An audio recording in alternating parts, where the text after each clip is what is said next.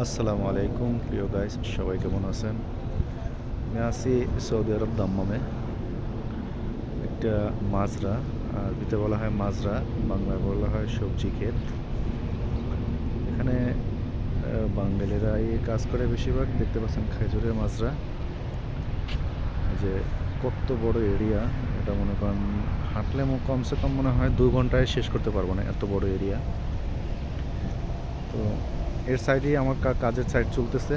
তো এক বাঙালি ভাইয়ের সাথে দেখা, ওনার সাথে কথা বললাম। বললো ঠিক আছে ভিতরে আসেন দেখেন। এই আর কি ভিতরে আসলাম। আমাদের গাড়ি আসতে একটু দেরি হবে ডিউটি শেষে। এই দেখতে পাচ্ছেন, এই যে এটা কি শাক, অবশ্যই আপনারা দেখতে পাচ্ছেন, বলতে পারবেন কিনা জানি না। এটা হলো আপনার পালং শাক। যে এটা আছে পালং শাক, ওগুলো আছে ধনিয়া শাক, পালং শাক, ধনিয়া শাক, মূলা শাক, বিভিন্ন ধরনের শাক আছে এখানে। পুঁই শাক, টমেটো গাছ, এই যে দেখছেন খেজুরের ভিতরে আছে খেজুর গাছ। যাই হোক, ভিতরে আইসা অনেক ভালোই লাগলো। আবার এখানে আছে ভুট্টো গাছ আছে, সরিষা ক্ষেত, সরিষা গাছ।